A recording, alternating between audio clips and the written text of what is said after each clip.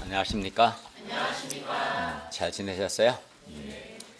오늘 말씀 제목은 아브라함에게 승리를 주신 하나님입니다. 말씀은 창세기 13장 14장입니다. 우리 요절 창세기 14장 20절을 함께 읽겠습니다. 14장 20절입니다.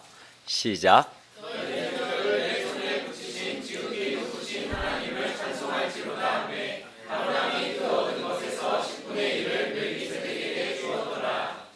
기도하겠습니다. 하늘에 오신 주님, 오늘도 저희가 살아계신 성부, 성자, 성령, 삼위 하나님께 예배드리게 해주셔서 감사를 드립니다.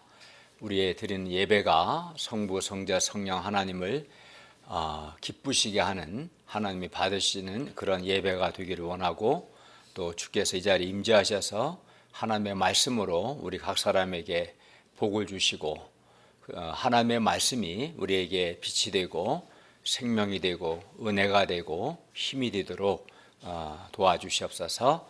예수님의 이름으로 기도하였습니다. 아멘.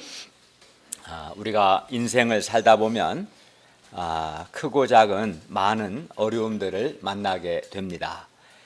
그리고 그러한 어려움들로 인해서 우리 마음이 어두워지기도 하고 때로는 절망을 하기도 합니다. 또 힘든 생각을 하기도 합니다. 어려움 때문에, 어려운 문제 때문에 마음이 사나워지는 사람도 있습니다. 그런데 오늘 본문을 보면 아브라함에게도 어려움이 있었습니다. 땅 때문에 조카 롯과 다툴 수 있었고, 또 조카 롯이 포로로 사로잡혀가는 일도 생겼습니다. 그러나 오늘 말씀을 통해서 어려움과 문제 앞에서 아브라함은 어떻게 행동을 했고, 또 하나님께서는 이런 아브라함을 어떻게 도우셨는가 배울 수 있기를 기도합니다. 그래야 우리가 어려움과 문제 앞에서 어떻게 행동해야 하는가 배울 수 있기를 바랍니다. 신앙생활은 어려움이나 문제가 없는 삶이 아닙니다. 어려움이나 문제들 속에서 하나님을 의지하고 또 하나님의 도우심을 받는 삶이라고 할 수 있을 겁니다.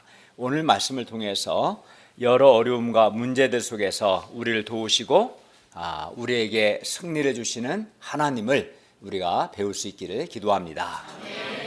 제1장 하나님께서 복 주심으로 아브라함은 양보하고도 더 큰 것을 얻을 수 있었습니다. 13장 말씀입니다. 13장 1, 2절을 보십시오. 아브라함이 애굽에서 그와 그의 아내와 모든 소유와 롯과 함께 네겝으로 올라갔는데, 네겝은 유다 남단에 있는데요. 이때 아브라함에게 가축과 은과 금이 풍부했습니다. 하나님께서 애굽에서 아내를 누이라고 한, 그래서 아내를 빼앗긴 아브라함의 허물과 실수를 하나님이 감당해 주셨습니다. 그래야 아브라함은 하나님의 도우심으로 아내를 애굽에서 되찾을 수 있었고, 뿐만 아니라 오히려 그 바로의 호의로 더 풍성하게 되었습니다. 가축과 은과 금이 풍부하게 되었습니다. 세상에서는 여간에서는 허물과 실수가 용납되지 않습니다. 때로는 한 번의 실수로 큰 낭패를 보는 경우도 있습니다.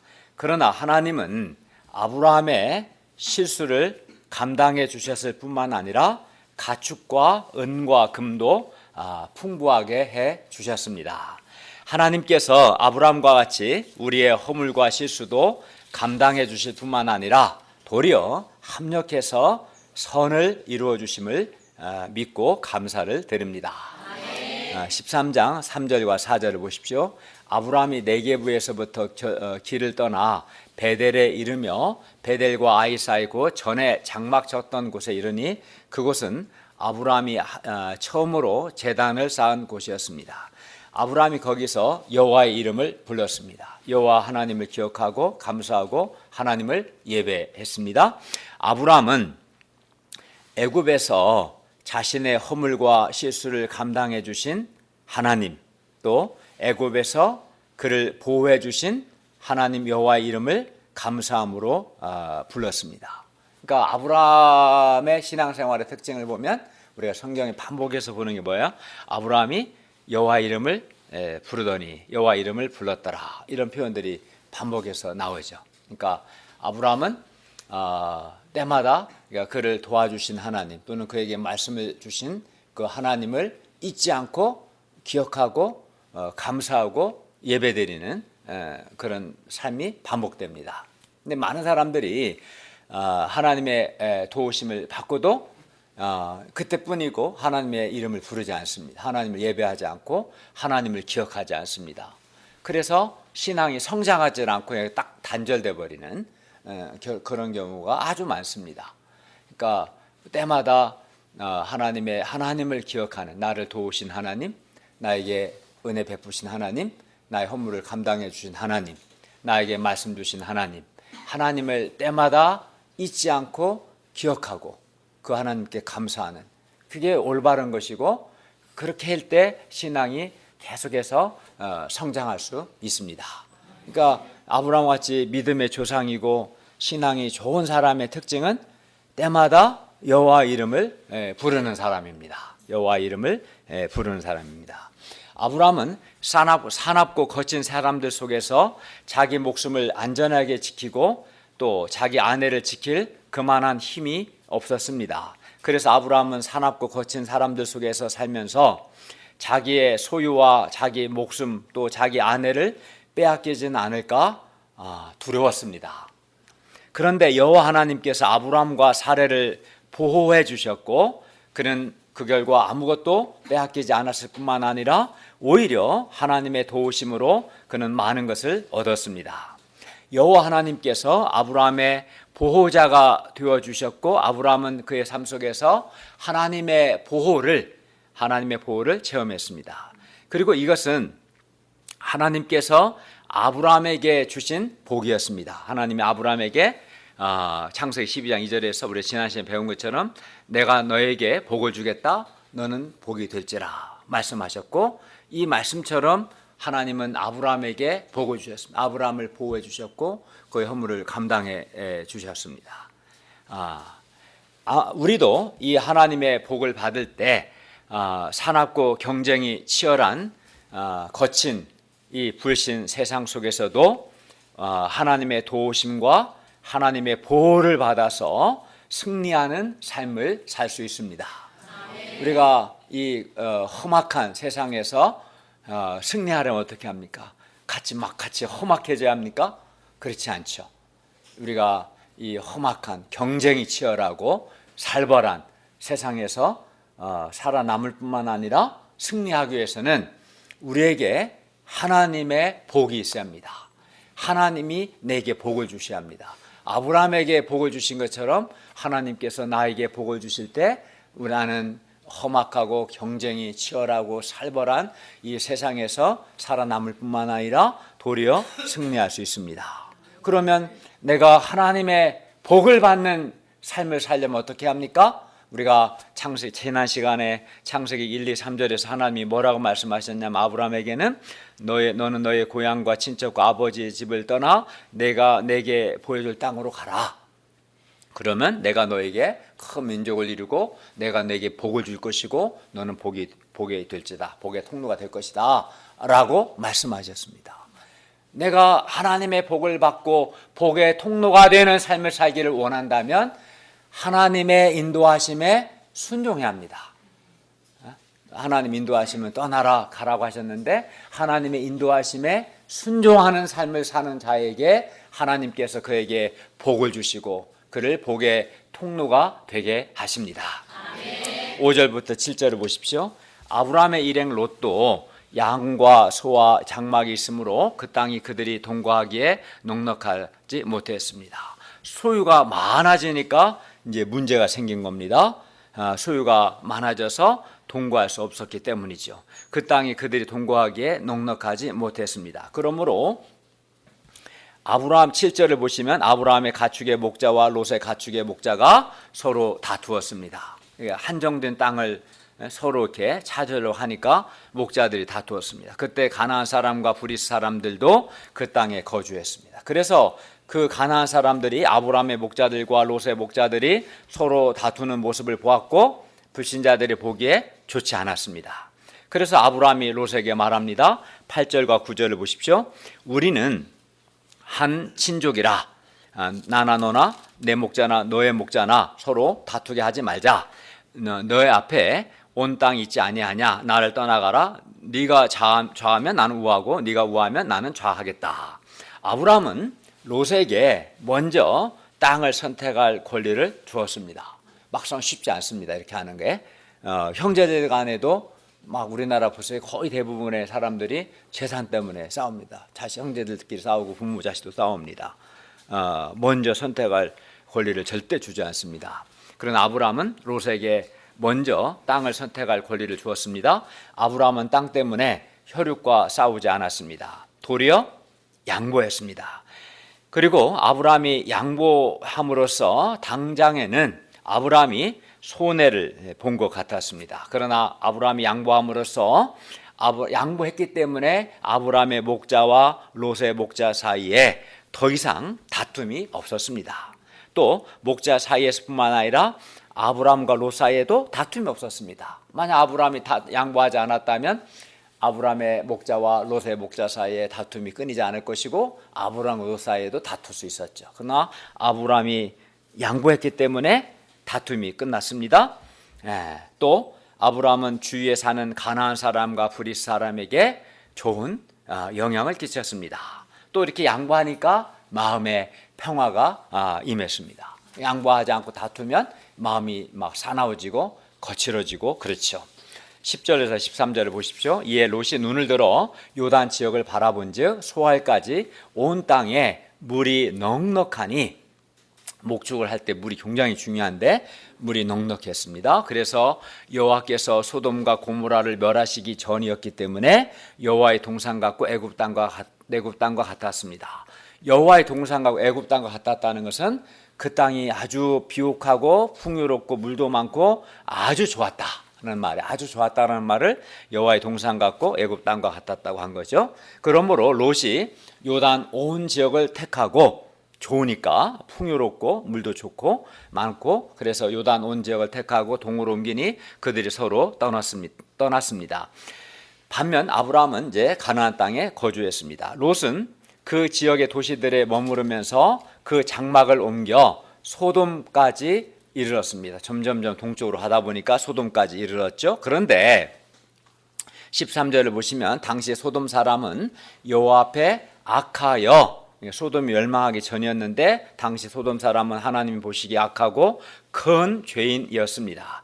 이를 통해 볼 때 롯은 그 땅의 물질적인 면만 보고 얼마나 목초지가 많고 얼마나 물이 넉넉한가, 물질적인 측면만 보고 또 영적인 환경, 신앙적인 환경은 보지 않았습니다. 롯의 선택의 기준은 그 땅이 얼마나 물이 넉넉하고 살기 좋고 화려하고 화려한가, 물질적인 풍요와 화려함만을 그는 본 겁니다. 그는 그 땅 사람들이 여호와 하나님 앞에서 얼마나 큰 죄인인가, 신앙적인 것은 보지 않았습니다.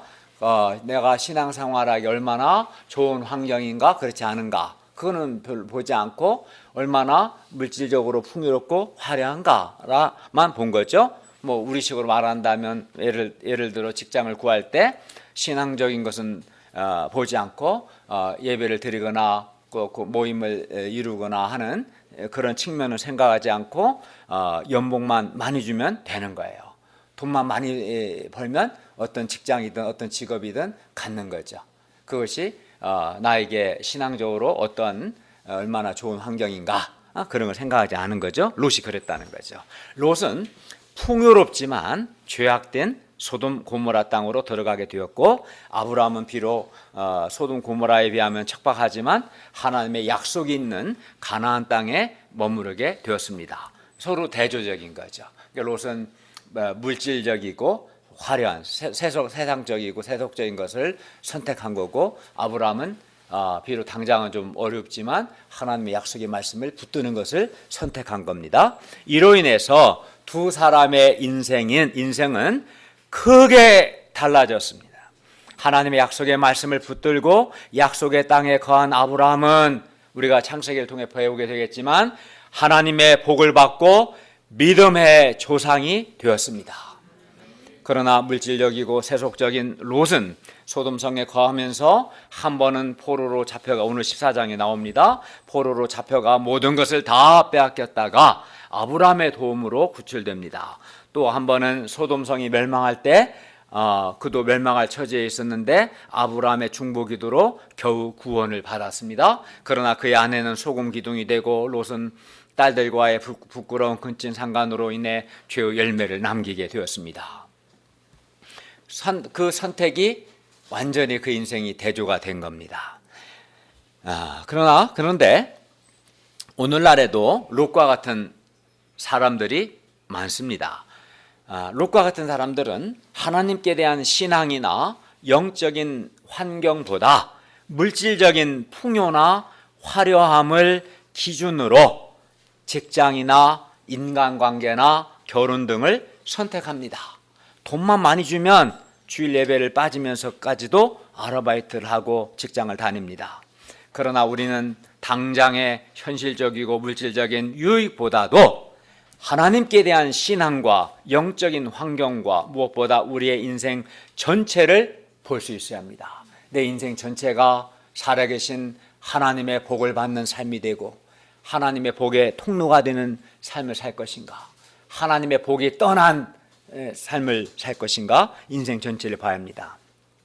롯과 같이 당장의 눈앞의 이익을 추구하다가 부끄러운 죄의 열매를 맺을 것인가, 아브라함과 같이 믿음으로 삶으로 살아계신 하나님의 보호를 받고 하나님의 위로를 받고 하나님의 도움을 받는 이러한 하나님의 복을 받는 삶을 살 것인가를 결단해야 합니다. 근데 많은 사람들 안타깝게도 관심이 당장의 물질적인 풍요, 화려함, 세속적인 삶입니다. 그게 마치 좋은 것처럼 그러다가 나중에 근데 그런 삶을 살면 살수록 하나님의 통치를 잃어버립니다. 돈은 많이 벌어요. 부동산 투기하고 좋은 아파트에 살 수는 있겠죠. 그러나 살아계신 하나님의 통치를 잃어버립니다. 하나님의 위로를 잃어버립니다. 하나님의 복을 잃어버립니다. 내면은 삭막해집니다. 하나님의 복이 떠난 그런 삶을 삽니다. 그러나 좀 힘들어도 하나님의 부르심을 붙들고 말씀을 붙들고 살 때 하나님이 그 사람과 함께 하시고 그를 위로하시고 그를 보호해 주시고 그를 도우시고 그에게 복을 주시는 그런 삶이 있습니다. 우리가 롯의 길로 가지 않고 아브라함의 길로 갈 수 있기를 바랍니다. 우리 김동현 목사님이 과거 양일 때, 학생일 때 교회는 우리 군포에 있었고 학교는 안암동에 있었습니다. 그러므로 당연히 고대 근처에서 하숙하는 것이 몸도 편하고 통학 시간도 아낄 수 있었습니다. 그러나 동현 목자는 군포에서 고대까지 1시간이 훨씬 넘는 거리를 매일 통학해야 했습니다. 현실적으로 보면 그는 지하철에서 또 버스 속에서 많은 시간을 허비한 것처럼 보입니다. 그러나 우리 김동현 목자가 그렇게 한 것은 교회 근처에서 생활하면서 새벽 기도도 하고 또 믿음의 훈련, 신앙 훈련도 받고 또 사명 중심의 삶을 살기 위해서였습니다. 하나님께서는 당시에 우리 학생이었던 동현 목자님의 이 믿음의 결단을 복 주셔서 그가 예수님을 인격적으로 만나 구원받게 하시고 그의 믿음이 많이 성장하게 해주셨고 뿐만 아니라 학교에서도 받아보지 못했던 장학금도 받게 하시고 졸업 후에는 취업이 바로 되고 또 아름답고 행복한 믿음의 가정을 이루게 해주셨습니다. 또 나중에 2001년 9월 교회가 군포에서 이곳 흑석동으로 옮기면서 다시 통학거리도 짧아지게 되었습니다. 여러분, 당장 눈앞의 이익 때문에 롯과 같이 물질적이고 화려하고 세속적인 삶을 살 것이 아니라 아브라함과 같이 내 인생을 멀리 보고 살아계신 하나님의 복을 바라보고 믿음의 삶을 살 수 있기를 바랍니다.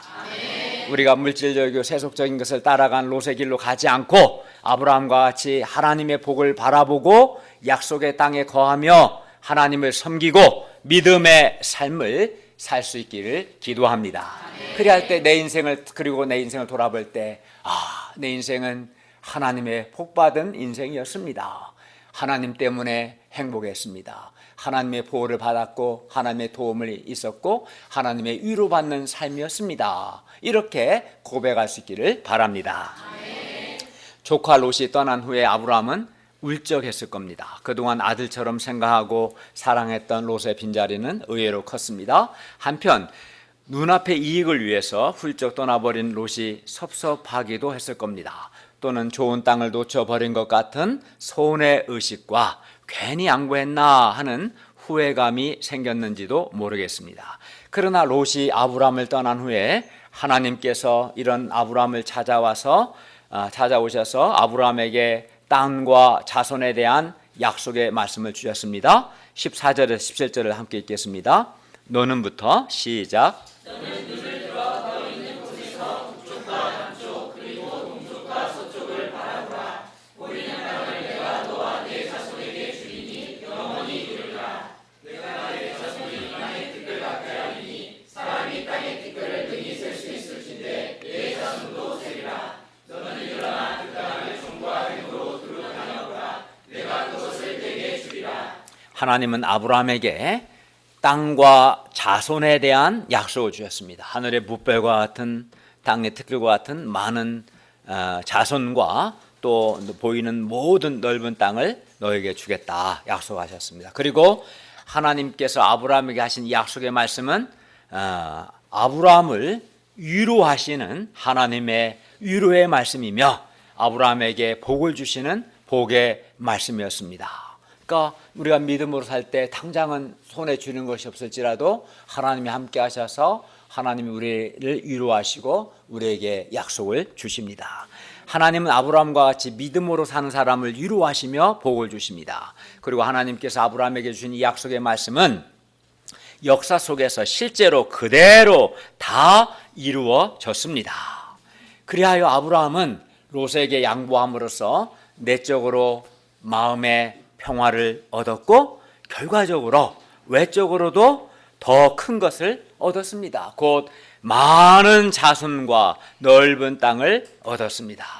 아브라함은 하나님의 도우심으로 진정한 승리자가 되었습니다. 그리고 이것은 여호와 하나님께서 아브라함에게 주신 복이었습니다. 그러나 만일 아브라함이 롯에게 양보하지 않고 서로 다투었다면 비록 당장 좋은 땅은 얻을지라도 롯과 다투고 롯을 잃어버리고 그래서 마음의 평화도 잃어버리고 또 불신자들에게 좋지 않은 영향을 끼칠 수 있었을 겁니다. 또 이런 삶에 하나님의 위로도 없고 또 당장은 얻는 것 같지만 실상은 잃어버리는 패배자가 되었을 겁니다. 아브라함은 그렇게 하지 않았습니다. 아브라함이 살던 그 사회에서는 사람들이 사납고 거칠었습니다. 사람들은 서로 빼앗고 죽였습니다. 그런 사회 속에서는 생존 자체가 쉽지 않았고 그런 사회에서 성공한다는 것은 더더욱 어려운 일이었습니다. 그런 사회에서 생존하고 성공하려면 아브라함도 사납고 거칠어야 할 것 같았습니다. 자기 능력을 더욱 키워야 할 것 같습니다. 그리고 절대 양보하면 안 될 것 같았습니다. 그러나 아브라함은 그런 사회 속에서 하나님의 복을 받았고 하나님의 복으로 말미암아 생존할 수 있었을 뿐만 아니라 안전하게 보호되었고 물질적으로도 부자가 되었고 롯에게 양보하고도 더 큰 것을 얻었습니다. 하나님의 복으로 말미암아 아브라함은 내적인 평화와 기쁨을 누리고 외적으로도 풍성하게 되었습니다. 그리고 이 모든 것이 하나님께서 아브라함에게 주신 복이었습니다. 이렇게 하나님께서 복을 주시면 우리는 진정한 승리자가 됩니다. 그래서 하나님의 복을 받는 사람의 삶은 다릅니다. 아주 다릅니다. 이렇게 하나님의 복을 받으면 진정한 승리자가 될 수 있는데 우리도 우리 시대에 아브라함과 같이 하나님께 복을 받음으로 날카로운 경쟁 사회에서 살아남을 뿐만 아니라 내적인 평화와 기쁨을 누리고 또 양보하고도 더 큰 것을 얻는 진정한 승리자가 될 수 있기를 기도합니다. 그렇기 때문에 우리가 하나님의 복을 받는 게 참 중요하거든요.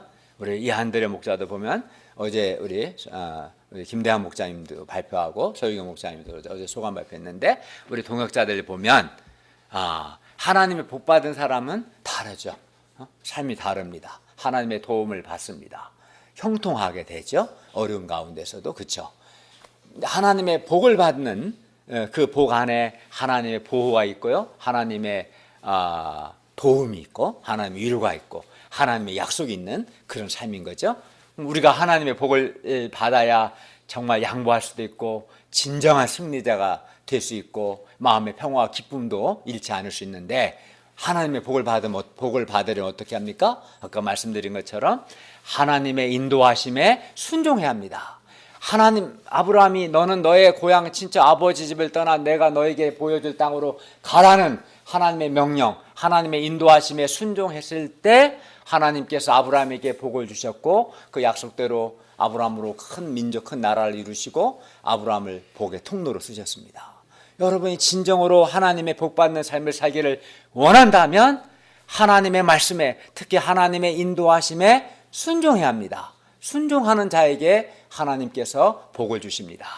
네.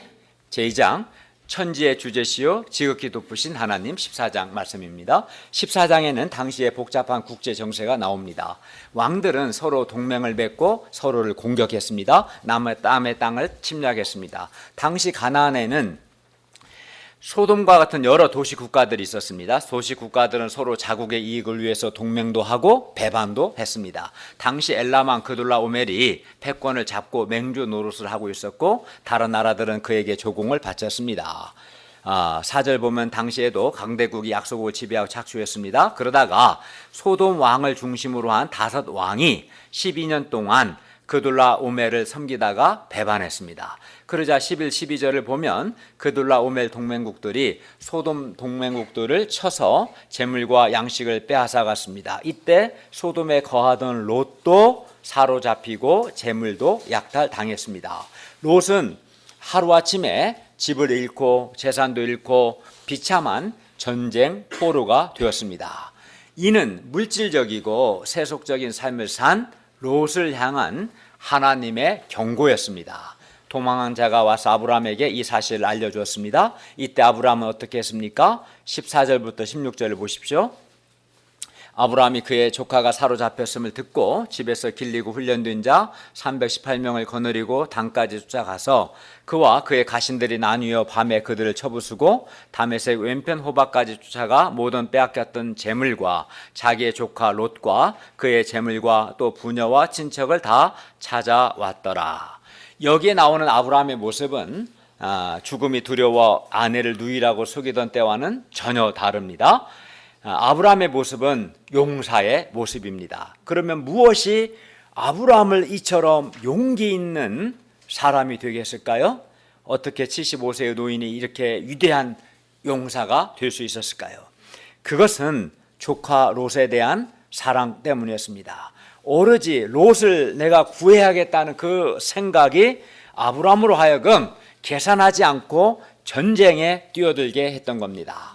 우리는 이것을 가르쳐서 사람을 돕고 사람을 살리고자 하는 마음, 목자의 마음, 목자의 심정이라고 부릅니다.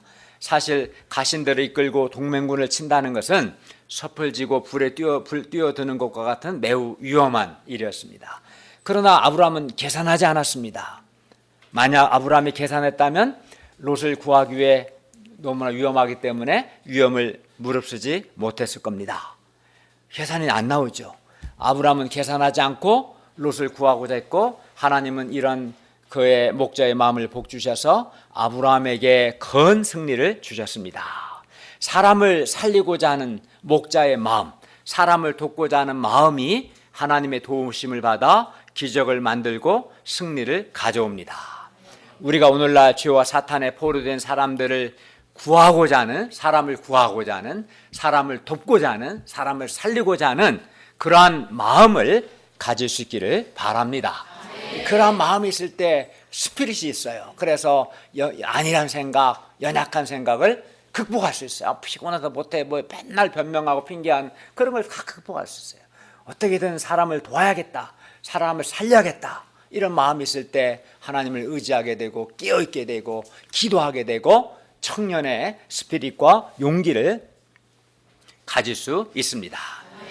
18절을 보십시오. 승리하고 돌아오는 아브라함을 맞은 사람은 살렘 왕 멜기세덱이었습니다. 그는 지극히 높으신 하나님의 제사장이었습니다. 그는 떡과 포도주를 가지고 나와 아브라함의 승리를 축하해 주었습니다. 그리고 그가 아브라함을 축복했습니다. 19절을 보십시오. 천지의 주제시오 지극히 높으신 하나님이여 아브라함에게 복을 주옵소서. 그리고 이를 아브라함에게 말합니다. 20절 상반절입니다. 너희 대적을 너의 손에 붙이신 지극히 높으신 하나님을 찬송할지로다. 멜기세덱은 하나님께서 아브라함에게 승리를 주셨으니 아브라함이 이 하나님을 찬송하도록 했습니다.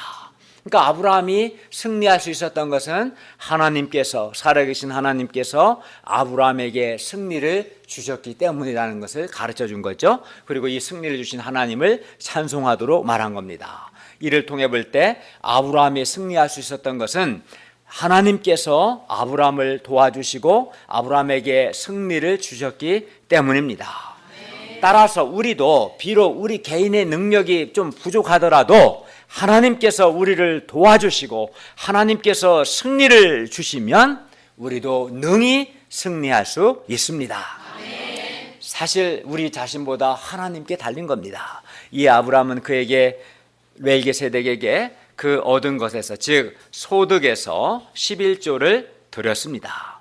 아브라함은 이렇게 하나님께 소득의 11조를 드림으로 하나님께서 그에게 승리를 주셨음을 인정하고 하나님께 감사와 찬송을 드렸습니다. 그러므로 11조는 하나님께 대한 아브라함의 신앙, 믿음의 표현인 겁니다. 뭐에 대한 믿음입니까? 하나님께서 그에게 승리를 주셨음을 마음으로 받아들이고 그 하나님께 대한 감사와 찬송이 11조를 드림으로 표현된 거죠.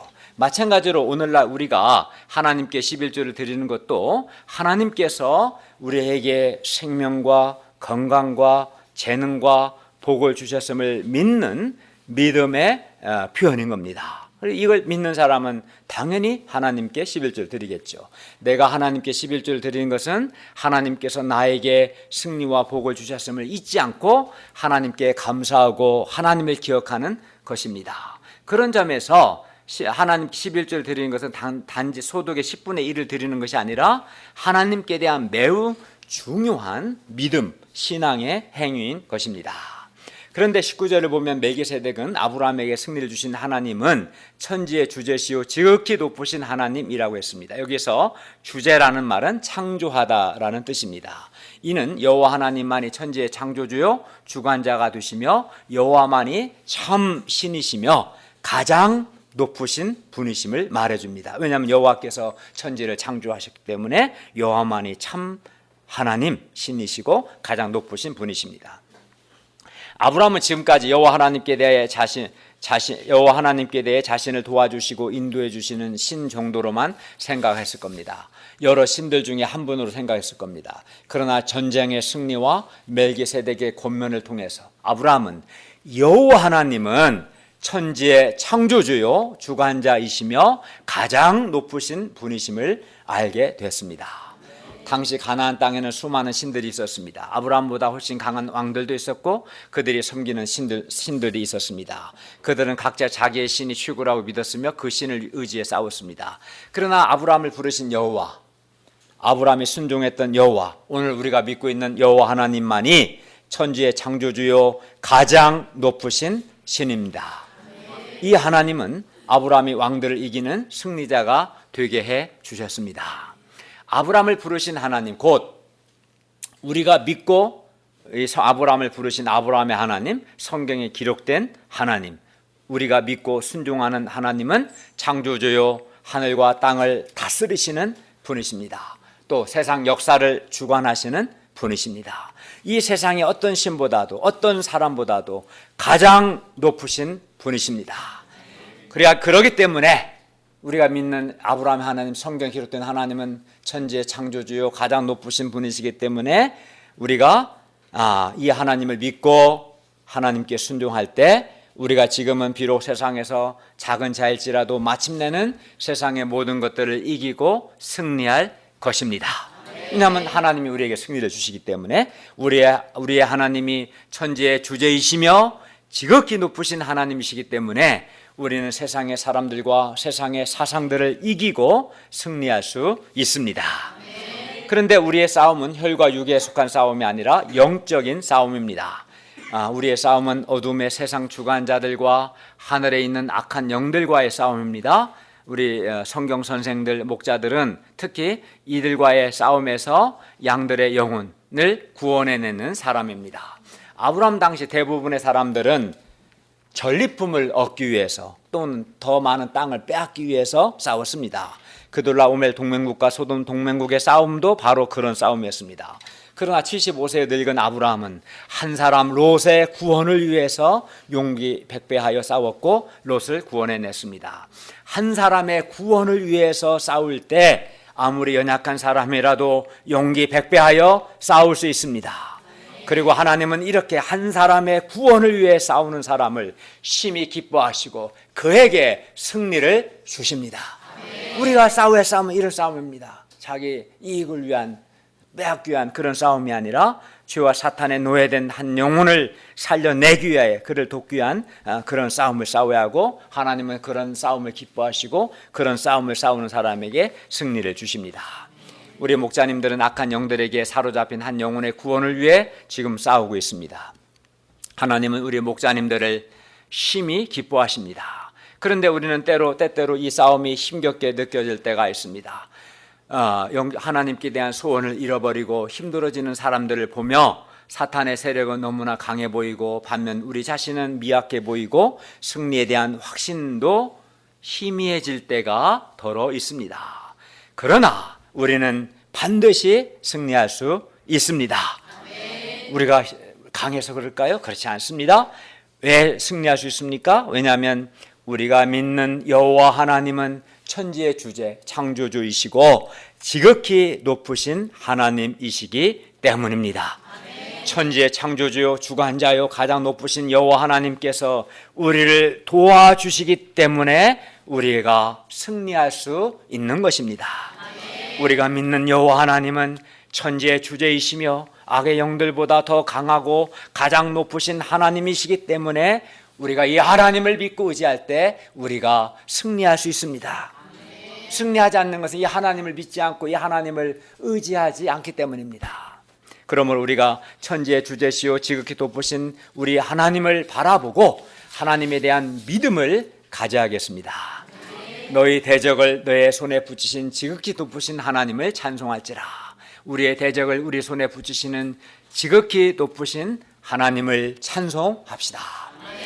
결론입니다. 이상에서 아브라함이 롯에게 양보하고 약속의 땅에 머물렀을 때 하나님은 그런 아브라함을 찾아와 위로하시고 그에게 땅과 자손에 대한 약속의 말씀을 주셨습니다. 그리고 하나님의 약속은 역사 속에서 실제로 그대로 이루어졌습니다. 하나님은 아브라함과 같이 믿음으로 사는 사람, 하나님의 인도하심에 순종하여 사는 사람을 위로하시고 보호하시고 도와주시며 복을 주십니다. 그래야 아브라함은 롯에게 양보함으로써 내적으로 마음의 평화를 얻었고 거리낄 게 없죠. 또 하나님께서 복을 주심으로 외적으로도 더 큰 것을 얻었습니다. 우리가 믿음으로 하나님의 아브라함이 하나님의 인도하심에 순종한 것처럼 우리가 하나님의 인도하심에 순종할 때 비록 능력이 좀 부족하고 또 사납지 않고 도리어 양보할지라도 하나님의 복을 받아서 우리는 거칠고 사나운 세상에서 오히려 진정한 승리자가 됩니다. 하나님의 복을 받아야 합니다. 하나님의 도움을 받아야 합니다. 그래야 진짜 승리자가 됩니다. 하나님의 복을 받아서 살아야 합니다. 하나님의 복으로 살아야 합니다. 인생을. 그래야 내면이 사나워지지 않습니다. 그러려면 우리가 어떻게 하겠습니까? 우리가 아브라함이 하나님의 인도하심에 믿음으로 순종한 것처럼 우리도 아브라함처럼 믿음으로 하나님의 인도하심에 순종함으로 하나님의 복을 받아 진정으로 승리할 수 있기를 기도합니다. 하나님은 또 천지의 주제 창조주이시며 지극히 높으신 분이십니다. 그래야 믿음으로 사는 자에게 승리를 주십니다.